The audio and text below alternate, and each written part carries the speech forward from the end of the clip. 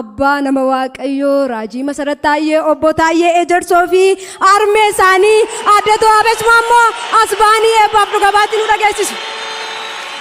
Let's welcome His Excellence Ato Taye Ejerso, the father of the prophet, and Her Excellence His mother to the stage. Ulfada Nora Samni itti fufnaa sagantaa keenya. Kindly be seated as we will continue and right back very soon after few seconds. Maqaan koo Tuwaabechi Maammoon jedhama. Kan inni nu Bidilleerraa. Ani kan inni dhugaasinii ba'u. Mucaan kunis baay'ee na jaallata, baay'ee na wajjin waan gidiruuf ta'een beeku. Isaan haqatee fuuchuu kan biyya kanaan nan qabame. Baay'een dhukkubsadhe. Ijasi nama laaltan kana marfee yeroo 5 keessa waraane. Mucaan kun Addis Ababa dirasii na wajjin deeme. Baay'ee na wajjin rakkachaa ture. Baay'ee na jaallata, nama haadha jaallatu, nama wangeela jaallatu nama mucaan kun. An nama jiraate fuula keessa naamate kana galateeffatu hin turre.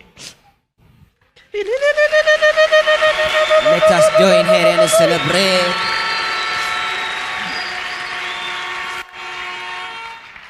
Waaqayyoof galanna ta'u isa fuula keessan dura na dhaabee nama galataa na godhee sinit jiraachise.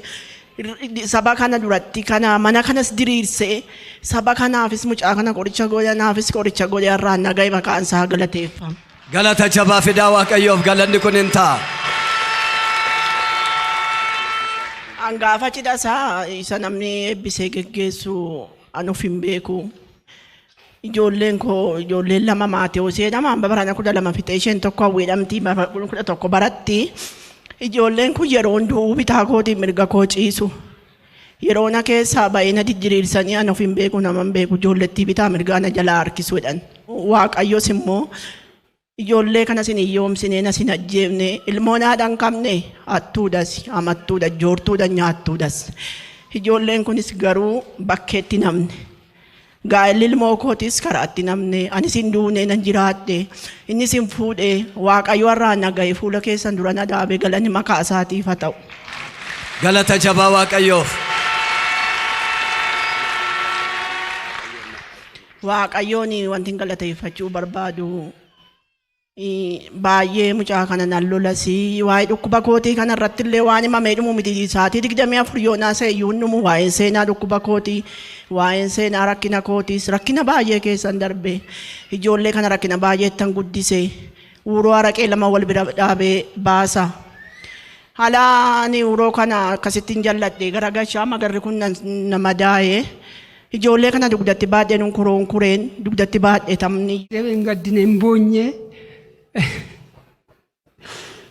Sana booddee dhufee galee akkuma ta'etti hin raawwatame ganama mucaaniin tokko iddoo bashannanaa isaatti miidhameera achitti na yaa'e namni. Sana booddee ganama isaa isa akka millaashii sana hin naqee achi dhufee bulee isaa tana gaafa guyyaa sadaffaa isaa isa manatti dhiisee tan gara kanatti fudhee ka'e. Eessatti gara hospitaala Laqamteetti Qaaleeyootii bakka jedhamutti nuu tsaafanii achi amma maal jedha dookteriin ijji ishee kun tokko hin bada. Tokko yoo baduu baate wayin sammuu isheetu maraata wayin ija ishee isa sana harkiseetiyyuu sin jalaa miidhaa hin farramtu jedhe.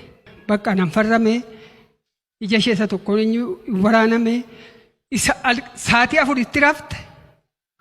Halkan keessa saatii 8tti lubbuu ishee barte ciifte achi bakka hin galle fuudhee galee gaafa bultii 5 isaa raawwate inni abbiyyee naan jedhe een jedheen ani teetee fuudheen galaamii maaliif hin jedheen asitti ciimnaan hin miidhamtii fuudhee galee tanuu biyya dhaqeen kadhadhaafii naan jedhe anooma siin jedheen ati isin ijoollee wajjin hin ta'a maal taatu yoo isheen duute iyyuu hin teessu mitii naan jedhe ishi bakka fuudhii galiin jedheen amma fuudhee galee ji'a tokko turte jala sana booddee gaafa bilbilee gaafadhu isheen obbo hojjiittan ergee akka waan isheen duuteetti nan boo'ee ala nagaa ji'a 3 guyyaan naan bari'u guyyaan naan dhi'u halkan naan bari'u kanaan iyyuu eebba dhufe kana bira dabarsuudha wanti inni godhin hin jiru lubbuu isheetiin hambisee nuuni warra gammachuu nu godhe isin gidduu nu dhaabee jira kanaan waaqayyoon naa galateeffadhaan jedha. Galata jabaa fidaa waaqayyoo. Amma saba koo duratti eebbiseen ilmoo koo gammachuu kana hirmachuusaa hirmadhee isa eebbisuun barbaade. Xilayees. Let us welcome the prophet to the stage as his families are going to bless him and imparting Abraham's, Isaac's, and Jacob's blessing.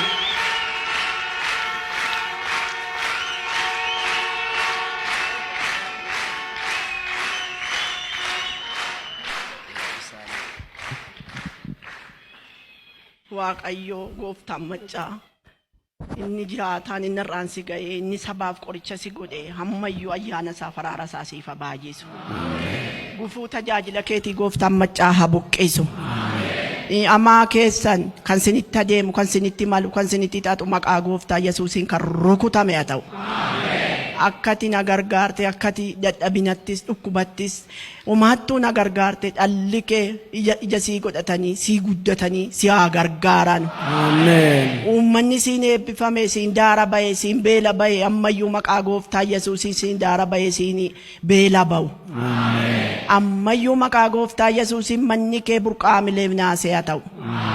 Burqaa naa mileef naasee tabbaan burqaa dachaan burqaa siif haa burqu. Irmee kee naaf haa dheeressu. Idimee haadha manaa keetii naaf haa dheeressu. Horaa nooraa keessatti dagaagaa daga darbaa. Amoonniif jalloonni isin hin dandayin. Gufuun tajaajila keetii maqaa gooftaa Yesuusiin haa buqqa'u. Kan sitti malu kan sitti xaxu kan namaa sitti yaadu maqaa Yesuusiin haa rukutamu. Ammayyuu qoricha biyya lafaa ta'i.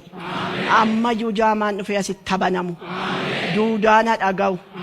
Naaf tajiriirfatu. Maqaa Yesuusiin kan kaanserii kan gadameessa dhukkubsatu dhufee haa fayyu.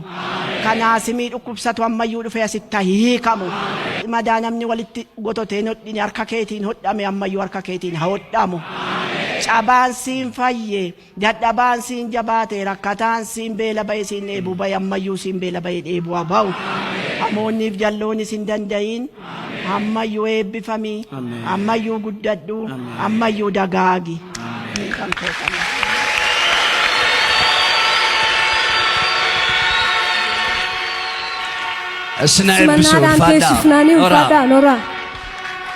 Give God a big hand and a shout of joy. Waaqayyoon galateeffadhaam.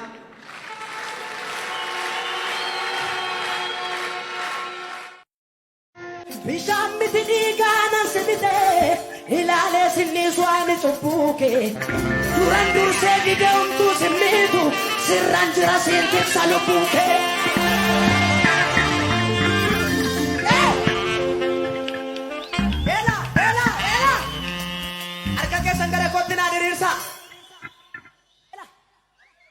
Bara somni sobaa farka reebee biqiltuu qajeelaa lafaa jiru akka jedhu Yesuus kan simiita gatiin kan falchiisa natti yaddoon sirraa fagoon jiru.